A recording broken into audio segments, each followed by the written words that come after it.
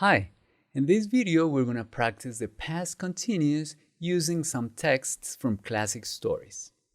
But before we start, please classify the following words according to the part of speech they belong to. We're going to need this vocabulary for the stories that we're going to practice with. So, which of these words are a noun, an adjective, or a verb? Okay, pause the video, complete the activity, please. Okay, let's look at the answers. So, court is a noun, peculiar is an adjective, queen is a noun, servants a noun, lead is a verb, and white is an adjective. All colors are adjectives. All right. Let's read the following summary of this classic story, which is Alice's Adventures in Wonderland. Let's read it together.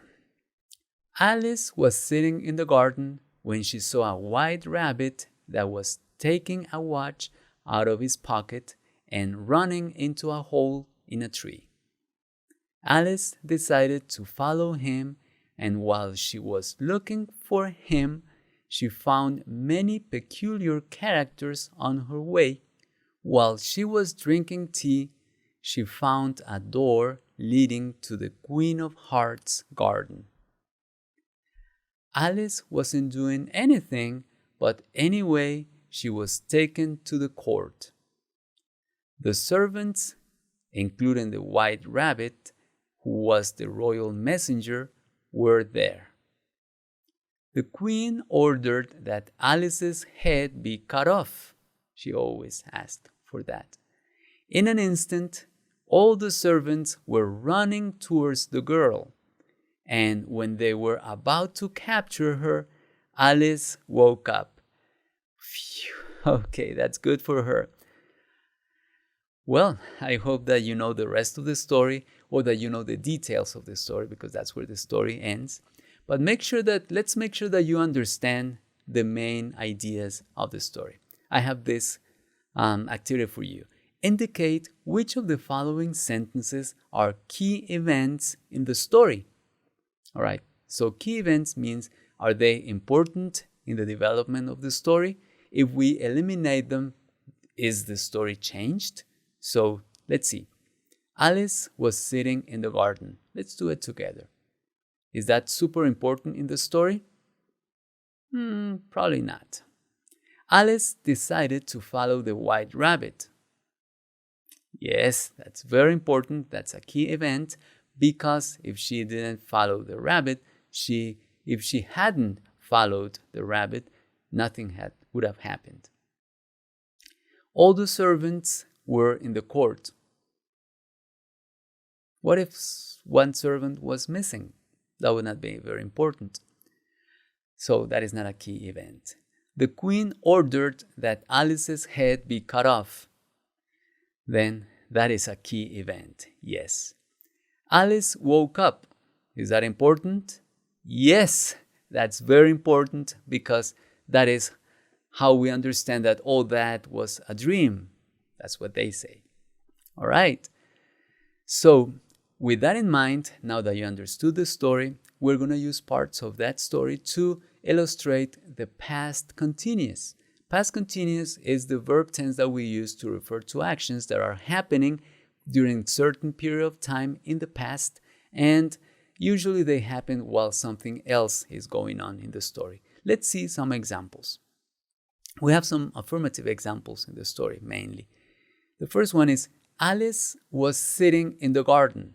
So that is an action, the action of sitting, that lasted for some time. And that's why we're saying was sitting in the garden. For that, as you can see, we use the verb be conjugated with the subject of the sentence and a verb ending in ing. Sitting, in this case, doubles the T because we don't want to change the pronunciation of sit. All right? So that is, if we didn't have the double T, we would say something like sighting. And the verb is not sight, it's sit. Okay. The next example is the white rabbit was taking a watch out of his pocket. He was taking, so he was in the process of doing that. It took some time for the rabbit to do that. The white rabbit was running into a hole in a tree. Was running. You see, verb be, the auxiliary be, and the verb in ing with double N there again. Alice was drinking tea.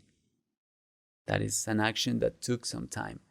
All the servants were running towards the girl. So those are actions that don't happen in an instant, but had some duration in the past. Okay. If we want to use questions in the past continuous, we use, as usual, the auxiliary first, and then we use the main verb in ing after the subject. So we have this example. Was Alice sitting in the garden? So this is the auxiliary, was.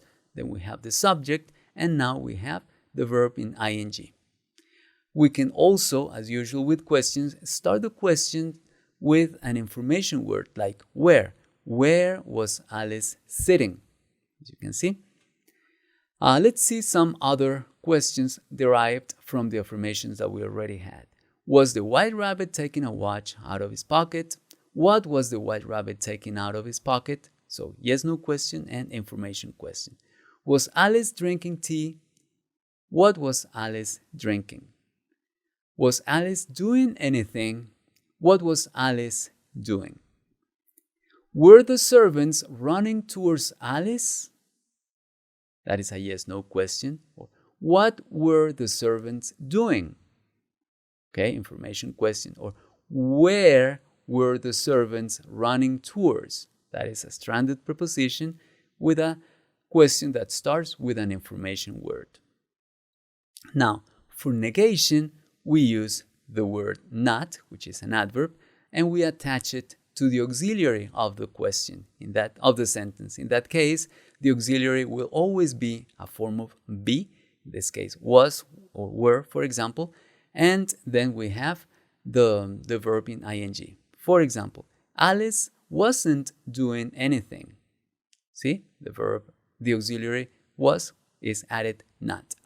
Alice wasn't sitting in her living room. The white rabbit wasn't taking a hat out of his pocket. The white rabbit wasn't running from Alice. Alice wasn't drinking coffee. Okay? And I have this special negative sentence here. None of the servants, none implies already negation, none of the servants were running towards the girl. That is just something that is not true. None of the servants were running. So if we have a negative word before, we don't need a negative auxiliary there because we will have double negation in English, and that is not allowed. Right?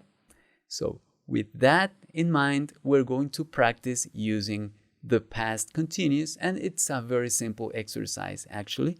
And this is the activity. Complete the following paragraph using the verbs in parentheses in the past continuous. This is a story by the Grimm brothers. It's a short story, The Fox and the Horse. Okay, so I have here the text for you. Please look at it and look at the spaces. There are only 4.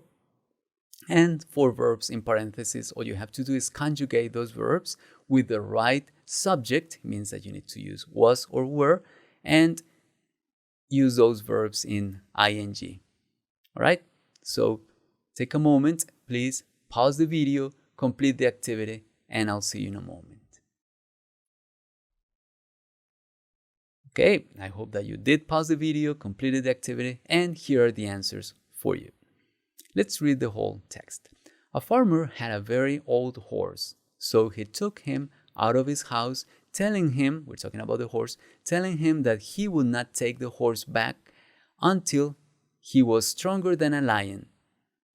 The sad horse was walking through the forest.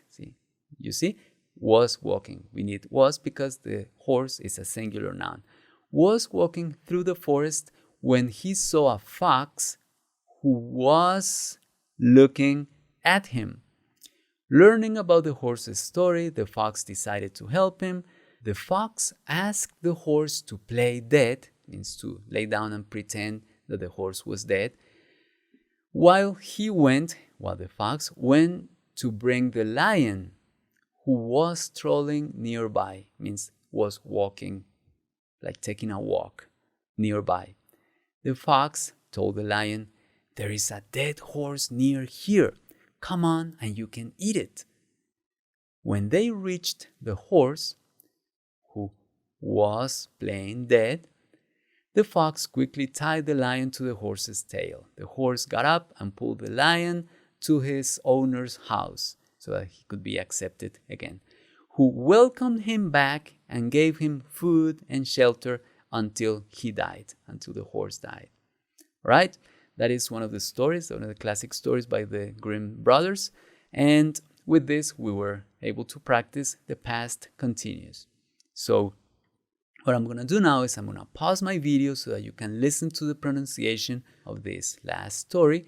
And while you listen to the pronunciation, as usual, please practice pronouncing with the native speaker. All right? So I'm going to pause my video now so that you can pronounce the story. Go ahead. The Fox and the Horse by Jacob and Wilhelm Grimm. A farmer had a very old horse, so he took him out of his house, telling him that he would not take the horse back until he was stronger than a lion. The sad horse was walking through the forest when he saw a fox who was looking at him. Learning about the horse's story, the fox decided to help him. The fox asked the horse to play dead while he went to bring the lion, who was strolling nearby. The fox told the lion, "There is a dead horse near here. Come on and you can eat it." When they reached the horse, who was playing dead, the fox quickly tied the lion to the horse's tail. The horse got up and pulled the lion to his owner's house, who welcomed him back and gave him food and shelter until he died. All right, I hope that you did pronounce the story. And with that, we were able to review the past continuous. Remember that we used a form of be in the past tense and a verb in ing. All right, thank you very much, and I'll see you in the next video.